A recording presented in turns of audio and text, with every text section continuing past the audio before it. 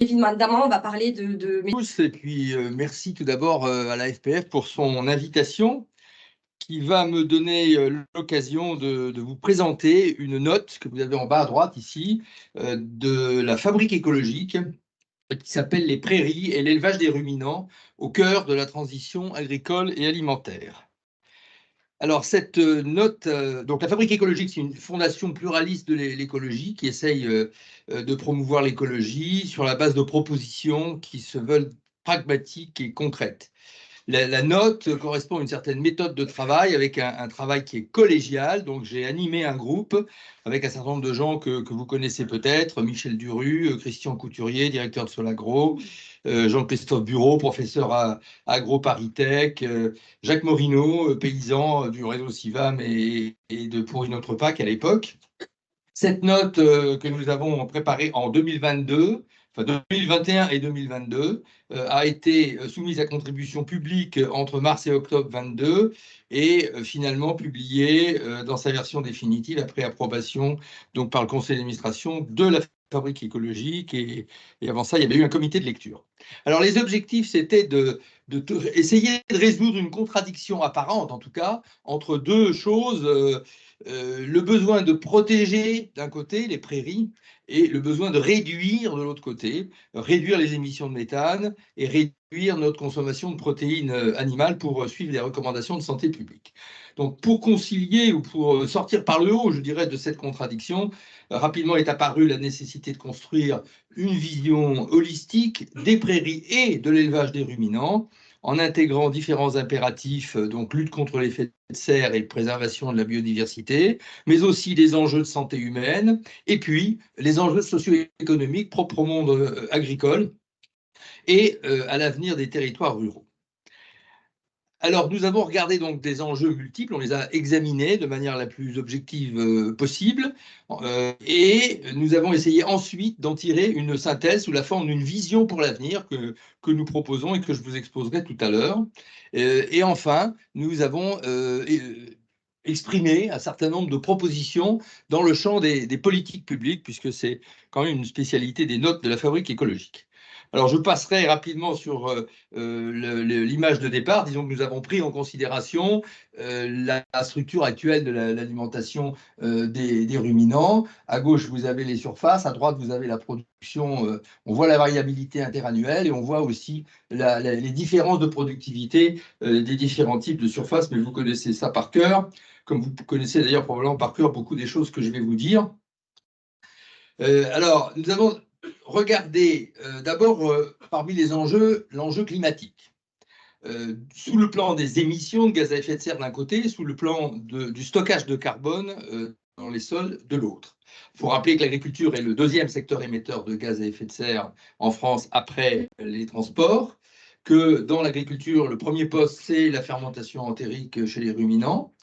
La stratégie nationale bas carbone, la numéro 2, qui est encore en vigueur aujourd'hui, fixe un objectif à 2050 de réduction de quasiment la moitié, 46% des gaz à effet de serre émis par l'ensemble de l'agriculture.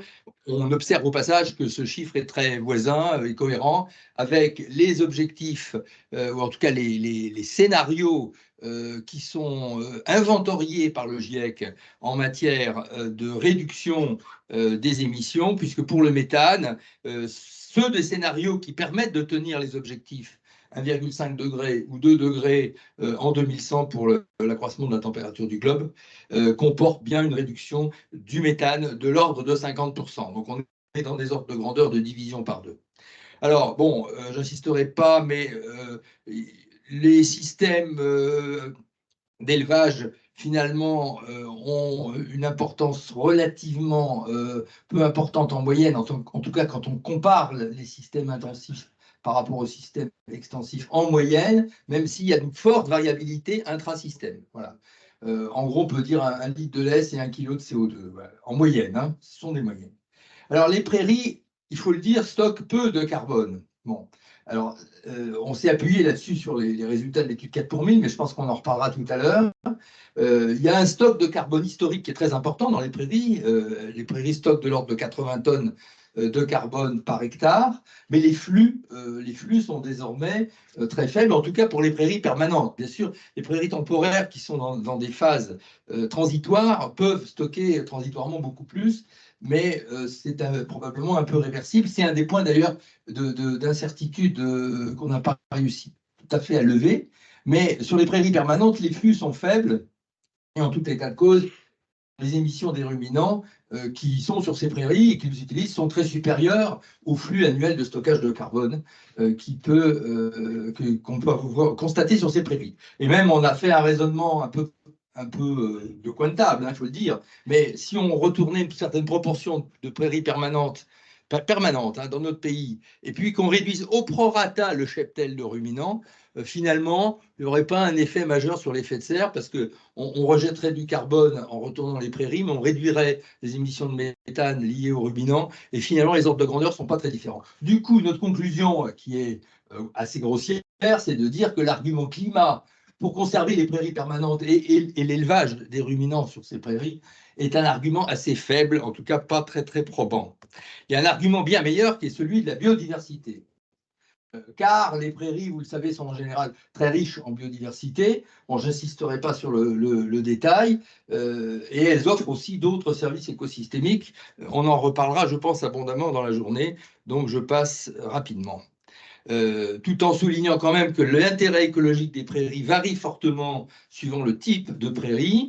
Les prairies temporaires, il faut le signaler, qui sont parfois moins riches, surtout quand elles sont intensives, peuvent offrir quand même une gamme de services intéressants aux cultures à travers la fixation d'azote, puisqu'elles ont plus de légumineuses, et puis la régulation des bioagresseurs qui intéressent les cultures voisines.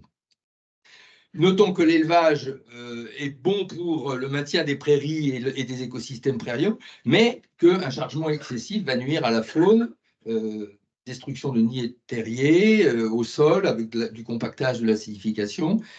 Et puis, on peut noter aussi que la biodiversité dans les prairies intensives peut être inférieure à celle des grandes cultures quand les grandes cultures sont particulièrement favorables. Donc, tout ça est assez nuancé, bien sûr, mais globalement, l'intérêt écologique des prairies ne fait pas de doute.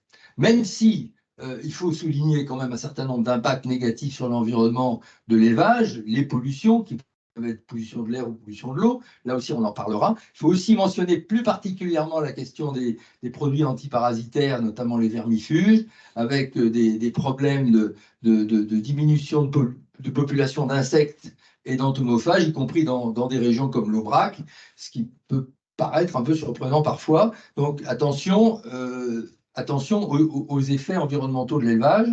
Et puis alors, il y a un autre aspect qui est très important. Alors l'eau, je n'insisterai pas, mais on en reparlera là aussi aujourd'hui. Il y a quand même un aspect très important, c'est la consommation d'espace. La surface agricole utile mobilisée pour nourrir les ruminants comporte à la fois les prairies permanentes, 9 millions d'hectares, mais également 7 millions d'hectares de terres arables, prairies temporaires et autres cultures fourragères. Et donc, ça fait quand même une surface considérable. Et on peut considérer que sur les 7 millions d'hectares, il y a effectivement concurrence avec de l'alimentation végétale directe pour les humains. Donc ça, c'est une consommation de ressources qu'il faut prendre en considération. Elle résulte évidemment du faible rendement de conversion calorique, disons, entre les calories végétales et l'animal. Pardon, alors j'oubliais de mentionner que nous avons aussi ajouté en cours d'année 2022, pour des raisons qui nous sont apparues très très claires pendant l'été, hein, qui est qu'il y a un enjeu d'adaptation de l'élevage au changement climatique, le bétail souffrant beaucoup des canicules et les sécheresses pouvant remettre en cause la sécurité fourragère, donc on a essayé de prendre ça en compte. Après les questions environnementales, en gros, qu'on vient d'évoquer, on a regardé les questions sanitaires. Alors, l'alimentation est un facteur important qui influe le risque de maladies chroniques, surtout en Occident, avec obésité, diabète, maladies cardiovasculaires, cancer. Le rôle pivot du microbiote intestinal est bien reconnu. Il a besoin de fibres, d'oméga 3, d'antioxydants pour prévenir des dysbioses intestinales et des inflammations à bas bruit.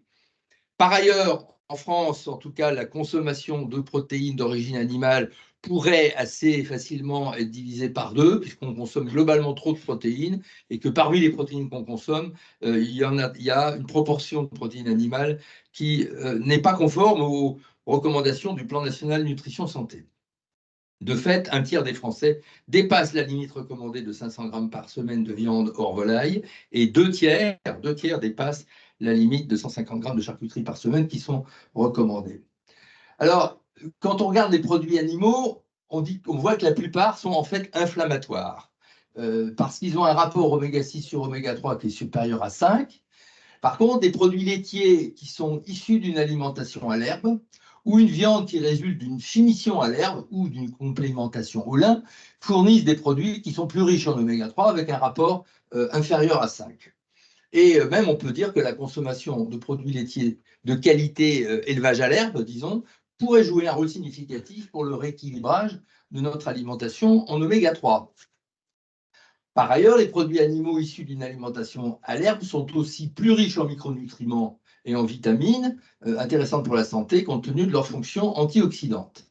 Et malheureusement, seulement 35% du lait est issu en moyenne d'une alimentation à l'herbe, et seulement 20 à 25% des animaux destinés à l'abattage sont engraissés à l'herbe avant cet abattage. C'est donc dans les semaines qui précèdent l'abattage que c'est important pour la qualité de la viande. Alors, ça, c'était les enjeux de santé publique. On a évidemment aussi considéré, dans la vision qu'on essaie de vous proposer, des enjeux économiques et sociaux importants. D'abord sur l'emploi. L'élevage des ruminants est un important pourvoyeur d'emplois directs et indirects, notamment en milieu rural. Le cheptel, par ailleurs, est d'ores et déjà en décroissance, mais cette décroissance est subie, elle n'est pas organisée, elle n'est pas accompagnée, donc elle est évidemment à l'origine de beaucoup de difficultés, de souffrances, et elle porte aussi surtout sur le bovin lait, compte tenu des sujétions particulières de cet élevage. Ça a été souligné tout à l'heure par Madame la Présidente, les éleveurs sont ceux des agriculteurs qui ont les revenus les plus faibles. Évidemment, ça pose des problèmes très importants quand on veut assurer des évolutions telles que celles qu'on proposera. Du coup, le renouvellement des générations se fait mal, abandon d'exploitation, concentration des exploitations. Alors ça, c'est le côté agricole de la chose. Et puis, il y a le côté, disons, du grand public, des consommateurs, où il y a aussi des enjeux socio-économiques, car la viande pèse dans les dépenses des ménages, et plus particulièrement pour les plus modestes, où c'est le premier poste de dépenses alimentaires. Alors, comment essayer de voir l'avenir dans ces conditions? La vision que nous proposons, elle tourne autour d'un leitmotiv, disons, qui est réduire et recentrer le cheptel français de ruminants autour des prairies permanentes. Alors, il s'agit d'abord de conserver les prairies permanentes, et en partie des prairies temporaires, autour, disons, autour, pas forcément au sens géographique, mais en tout cas quantitativement, de réduire les chargements à l'hectare, et ce qui devrait conduire, alors on s'est appuyé sur l'analyse de quelques scénarios, mais sans choisir, hein, mais en gros, les surfaces et le cheptel, les surfaces mobilisées pour nourrir le cheptel et le cheptel lui-même devraient globalement être réduits de l'ordre de 30 à 50% dans cette vision. Ça reste à affiner. Ça permettrait de réduire fortement les émissions de gaz à effet de serre, de préserver le stock de carbone des prairies permanentes et également de bénéficier des services écosystémiques de ces prairies permanentes, de tirer vers le haut la qualité des productions grâce à une alimentation à l'herbe, dans un contexte de réduction maîtrisée de la consommation de produits animaux, le moins mais mieux, et donc d'une alimentation humaine plus végétale. Et puis pour sauvegarder une production laitière suffisante, j'ai dit l'intérêt du lait tout à l'heure, produit à l'herbe, recours à des croisements ou à des races mixtes ou légères, au prix probablement d'une baisse de productivité inéluctable. Alors, cette réduction de l'élevage permettra de libérer, entre guillemets, des terres arables. On a chiffré ça de l'ordre de 3 à 5 millions d'hectares. Et donc, ça offre évidemment des possibilités d'action pour mobiliser ces terres avec d'autres objectifs. Au passage, on stopperait les importations de tourteaux de soja. Et l'utilisation de ces terres arables nous permettrait d'améliorer notre souveraineté alimentaire en cultivant autre chose, hein, et puis d'améliorer la sécurité fourragère et la résilience face au changement climatique, il y aurait moins de bêtes à nourrir et des surfaces qu'on pourrait utiliser, je dirais, de manière variable pour constituer des stocks, etc. Et bien évidemment, tout ceci, qui sont des évolutions lourdes, nécessitera un accompagnement économique et social fort et durable des éleveurs et probablement d'ailleurs du secteur aval dans cette transition. Voilà, alors évidemment, cette vision, je viens de l'exprimer un petit peu au niveau national. Il est clair que ce n'est pas si simple, puisqu'on a des régions d'élevage très différentes les unes des autres. Elle nécessitera une déclinaison, une adaptation, probablement dans chacune des grandes régions d'élevage. On a tenté de donner quelques pistes, je n'insisterai pas, je n'ai pas le temps pour ça. Alors, je vais passer aux propositions. Pour donner corps à cette vision, on a trois grands chapitres de propositions. Le premier, c'est agir sur la demande. Ça servirait à rien de réduire la production si de l'autre côté, la demande continuait à être telle qu'elle est. On aurait juste un report sur les importations. Donc, il faut informer le consommateur et l'inciter à consommer moins, mais mieux. Voilà. Alors, on propose d'aligner tous les signes et labels de qualité sur un nouveau référentiel d'élevage à l'herbe. Donc, pas un nouveau label, mais un référentiel à décliner dans les cahiers des charges existants de tous les labels. Et une fois que ce sera fait, chaque label pourra être associé à une mention spéciale élevage à l'herbe, qu'on écrira en dessous. Voilà. Alors, ça se passerait sous la conduite d'un comité national associant l'ensemble des parties prenantes. Et une fois que c'est fait, les produits correspondants peuvent être valorisés dans des politiques d'achat durable et évidemment dans les critères d'un futur affichage environnemental de l'alimentation. L'agriculture biologique, au passage, en bénéficierait automatiquement à court terme, puisque ce type de critère est déjà présent dans les cahiers des charges. Attention toutefois au label européen pour pas qu'il y ait de distorsion. Alors, pour les campagnes de publicité des produits issus de l'élevage ruminant, le yaourt, le lait, etc., il y aurait interdiction d'allégations de type élevage à l'herbe hors du référentiel, qui serait défini. Mais de l'autre côté, il y aurait des aides publiques pour des campagnes de promotion des produits qui bénéficieraient de la mention élevage à l'herbe, avec toutefois rappel des recommandations nutritionnelles concernant la viande et la charcuterie, et une référence au moins mais mieux. Il faudrait utiliser bien sûr le levier de la restauration collective avec des menus végétariens, et aussi pour les achats de viande et de produits laitiers, appliquer spécifiquement les 20% de bio sur la viande et les produits laitiers, et pas seulement sur le bio en général.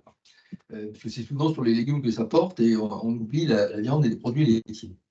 Tout ceci devrait être inscrit dans la future stratégie nationale pour l'alimentation, la nutrition et le climat, dont le principe est inscrit dans la loi climat et résilience et qui est en principe en préparation. Alors ça, c'était le volet de la demande. Maintenant, on va passer à l'offre. Il faut évidemment accompagner les éleveurs pour orienter l'offre dans la direction qu'on propose.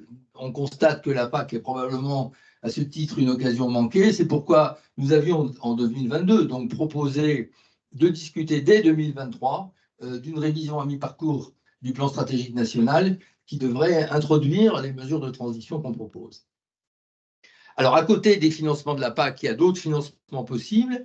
Sur le label bas carbone, on propose qu'une nouvelle méthode soit mise au point, fondée sur la sobriété, c'est-à-dire réduction du cheptel et du chargement, et un volet consommation significatif, c'est-à-dire qu'on pourrait, au niveau d'un territoire, par exemple, travailler à la fois sur l'offre et la demande et labelliser des programmes et des projets au titre du label bas carbone.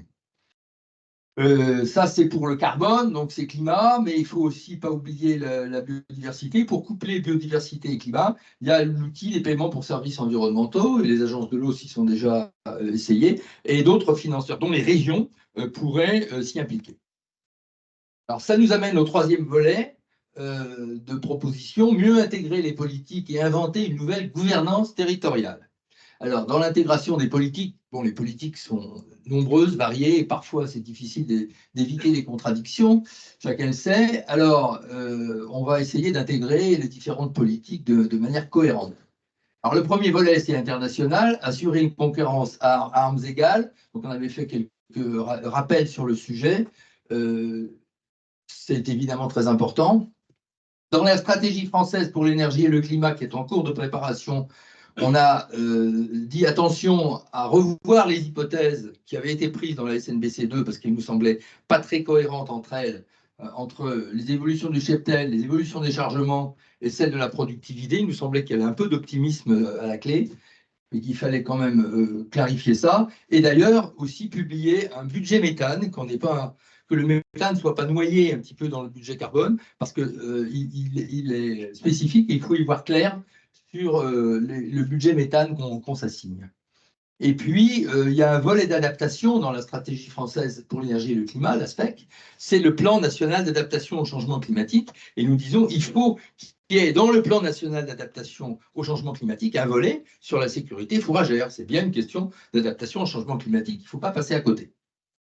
Et ça doit se faire en cohérence avec le développement de la méthanisation, que dans la SPEC, il y a énergie, dans l'énergie, il y a développement de la méthanisation, et on ne peut pas ignorer qu'il peut y avoir des liens, évidemment, entre notamment la sécurité fourragère, donc la production de fourrage, et puis le développement de la méthanisation. Ce sera d'ailleurs, si j'ai bien compris, un des points que vous discuterez l'année prochaine. Alors,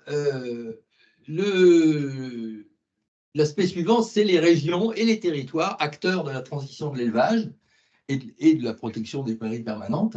Alors, on rappelle que les politiques régionales peuvent théoriquement faire beaucoup. Les régions sont autorités de gestion pour une partie du deuxième pilier de la PAC, les investissements, les mesures de coopération. Elles sont bien placées pour réfléchir sur l'adaptation des structures à l'aval. Et donc, nous proposons de réunir des conférences régionales qui définiraient des actions et qui ensuite proposeraient des financements régionaux et à coupler avec ceux de la PAC, disons, pour assurer la transition dans les territoires. Ces financements pourraient ensuite être mis en œuvre sur le terrain par les intercommunalités. Et donc, il y aurait une espèce de miroir entre les régions qui fixeraient des grandes lignes et apporteraient des financements et les intercommunalités qui mettraient en œuvre sur le terrain. Alors, ça exige évidemment des stratégies qui soient cohérentes. Au niveau des régions, il y a les SRADET et les plans régionaux d'alimentation qui devraient être travaillés dans cet esprit. Au niveau des intercommunalités, les plans climat, air, énergie territoriaux, PCAET, les projets alimentaires territoriaux, dans le même esprit. Et les actions dont on parle, au niveau régional, il pourrait y avoir des financements sur les méthodes du label bas carbone, que j'évoquais tout à l'heure, ou les paiements pour services environnementaux. Les régions pourraient soutenir et financer les plans alimentaires territoriaux, et puis financer des actions de terrain, comme la mise à disposition de sites publics pour le pâturage, la création et l'entretien de boviducs, de chemins, la constitution de stocks fourragers. Donc il y a toute une gamme. L'achat d'animaux de races mixtes ou légères. Voilà, donc on peut avoir beaucoup d'idées sur ce qui pourrait être articulé entre un niveau régional et un niveau des intercommunalités. Et puis au niveau des intercommunalités, il y a la possibilité de promouvoir des filières locales et vertueuses à travers la restauration publique, de l'éducation alimentaire dans les PAT. Bon, un petit volet sur la recherche, bien évidemment, tout ceci, c'est beaucoup d'expérimentation, des jeux probablement essais-erreurs et des retours d'expérience. Il faut mobiliser l'agronomie, l'écologie, l'économie, et il faut instrumenter toutes les évolutions pour regarder ce que ça donne sur différents sujets qui sont listés là. Bon, je ne vais pas vous les lire. On signale particulièrement la nécessité d'une recherche spécifique sur les races adaptées au retour à l'herbe et aux canicules. On pense que beaucoup d'innovation sera nécessaire et qu'il faut des innovations fondées sur la nature. Donc, l'innovation, ce n'est pas seulement mettre du numérique partout. Donc, il faudrait réfléchir à promouvoir des idées et des innovations sur ces thématiques. Et puis, évidemment, auprès des éleveurs, il y aura besoin d'un fort soutien par des organismes techniques. Ce soutien doit être prévu, organisé, financé et maintenu dans la durée. Voilà, donc pour résumer, 3 types de propositions. Agir sur la demande avec le moins mais mieux et la labellisation de l'élevage à l'herbe à travers ce référentiel. Orienter l'offre et accompagner les éleveurs et puis impliquer davantage les collectivités territoriales avec des actions locales multiformes aidées par des crédits régionaux et communautaires. Voilà, je vous remercie. Et là, vous avez le site de la Fabrique écologique où vous pouvez télécharger, si vous le souhaitez, la note. Je vous invite à la regarder. Et puis, il y aura un article aussi dans la revue Fourrage. Merci beaucoup.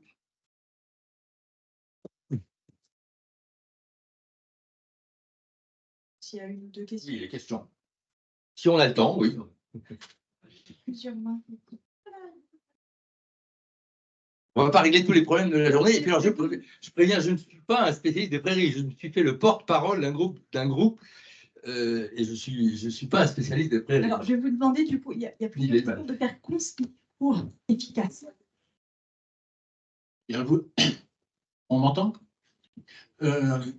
Vous avez parlé des producteurs et des consommateurs. Bien. Moi, je constate que là où il y a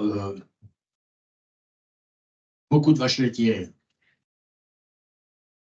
il n'y a pratiquement plus de prairies permanentes. Et qu'entre le producteur et le consommateur, il y a des industriels. Et vous n'avez absolument pas parlé. Qu'est-ce qu'on fait des usines, des laiteries? Hein, j'habite dans une commune où il y a le siège administratif de Lactalis. Donc, je suis bien placé pour penser que là, il y a un vrai problème. Vous n'en avez absolument pas parlé. Alors, j'ai évoqué ça très, très rapidement en parlant des filières aval sur lesquelles les régions pourraient agir. Alors, vous avez parfaitement raison. Il y a un problème d'adaptation de l'ensemble de l'économie. Bon, en même temps, on n'est pas en train de parler de quelque chose à faire dans les 3 ans. On peut se donner 25 ans. L'horizon, disons, de tout ça, c'est quand même 2050. Donc, le monde industriel, il évolue et il sait évoluer. Par ailleurs, sur les laiteries, je suis moins inquiet que sur les abattoirs, d'ailleurs, parce que l'idée, c'est quand même que le lait, en termes de santé publique, a un intérêt potentiel s'il correspond à l'élevage à l'herbe. On ne retrouvera pas vraiment dans la viande. Et donc, on va réduire probablement davantage la viande que le lait. Donc, on gardera des laiteries. Mais c'est vrai que globalement, tout le secteur industriel devra s'adapter. Il faudra qu'il soit associé aux évolutions, hein, bien évidemment. Je ne dis pas que ça va se faire tout seul. Je dis qu'il y a des politiques publiques à mettre en place. C'est vrai qu'on n'a pas approfondi ce volet industriel, tout à fait. Oui, Sandra Noval de l'INARE et Fergus.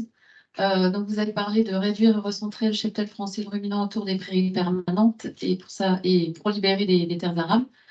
Moi, je voudrais juste revenir sur l'intérêt des prairies comme de rotation des systèmes de culture à bas niveau d'intrants. Parce que les prairies, c'est quand même essentiel pour reconstituer les stocks de matière organique du sol et qui sont essentiels pour une bonne fertilité du sol, au niveau des composantes chimiques et biologiques. Pour aussi stopper le cycle de certaines adventices et ainsi utiliser moins de pesticides. Aussi être réservoir de biodiversité pour les auxiliaires, la biodiversité patrimoniale et aussi avoir de l'élevage, pour des grandes cultures. Ça permet aussi de produire des fertilisants organiques pour fertiliser ces cultures. Donc, je pense qu'on ne peut pas tout mettre sur les prairies permanentes. Et donc, ça, c'était notamment des idées qu'on a discuté avec plusieurs auteurs dans le cadre d'un article qui a été rédigé par Guillaume Martin dans Agronomy for Sustainable Development. Alors, or, il y a un moment où on peut peut-être imaginer distinguer élevage et prairie. C'est-à-dire que on peut imaginer, si c'est nécessaire pour dans la rotation de culture, on peut imaginer avoir des prairies sans élevage, hein, d'avoir de la fauche et puis ensuite de mettre ça dans les méthaniseurs. Ça peut, à la rigueur s'envisager si vraiment on a besoin de prairies. Mais en même temps, alors je voudrais revenir sur un point qu'on a longuement discuté et dont je sais qu'il est controversé, qui est l'apport d'azote sur les terres agricoles par les effluents d'élevage. In fine, l'élevage, les effluents d'élevage ne font que remettre au sol l'azote que les animaux ont ingéré. Donc, si vous avez, c'est une forme de recyclage si on veut, mais ce n'est pas un apport net d'azote, puisque les animaux ingèrent de l'azote et puis ils le restituent. Alors ça peut être à la culture voisine ou ça peut être sur le pré, mais ce n'est pas un apport d'azote. Le vrai apport d'azote, c'est les légumineuses. Hein, et puis évidemment les engrais minéraux. Donc si on raisonne azote, c'est pas du tout évident qu'on peut justifier le maintien de l'élevage en disant qu'il va y avoir un apport d'azote aux cultures. C'est pas un apport, c'est un recyclage, c'est un circuit court d'azote. Voilà. Donc, je crois qu'il faut, nuancer. Tout va dépendre des régions. C'est-à-dire que quand on est en polyculture élevage bien établi et qu'on on va considérer qu'il faut maintenir une production de lait locale, on va continuer à avoir des cycles qui vont comporter probablement le maintien de prairies permanentes, ça c'est sûr, peut-être la création de nouvelles prairies permanentes d'ailleurs, et puis des rotations qui intégreront des prairies temporaires. Et puis, dans d'autres régions, ce ne sera pas le cas. Il y a effectivement à prendre en compte beaucoup de paramètres. Mais on a discuté un peu de tout ça et on est arrivé quand même à ce que je vous ai proposé. Alors, c'est un sujet qui n'est pas fermé. Hein.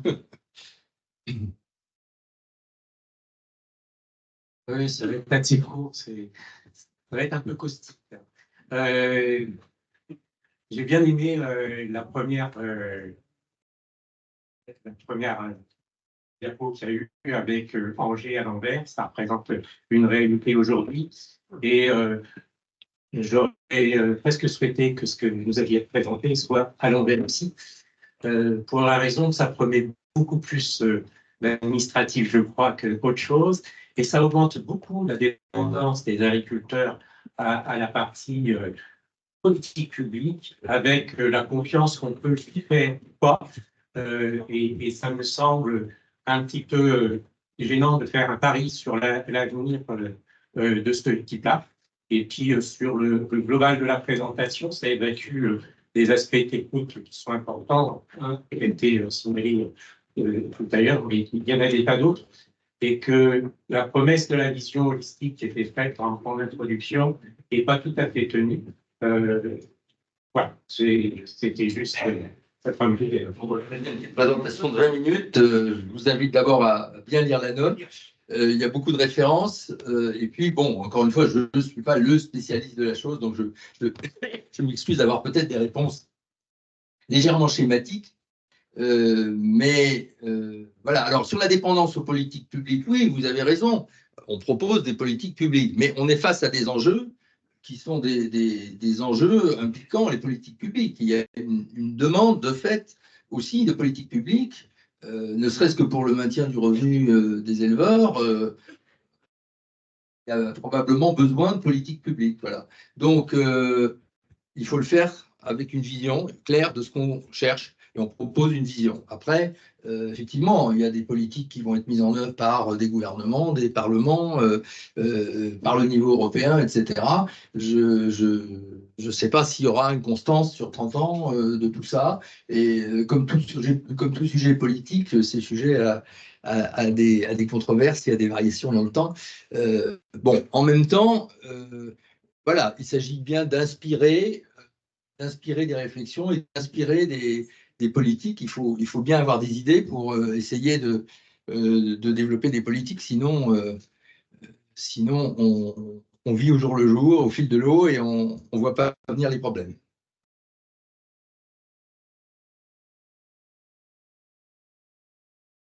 Pascal Gaucher, Axel. C'est pas vraiment une question, c'est plus des réflexions par rapport à la présentation. Je vais continuer dans le côté caustique parce que il y a pas mal de paragraphes de votre présentation qui m'ont quelque part gratouillé.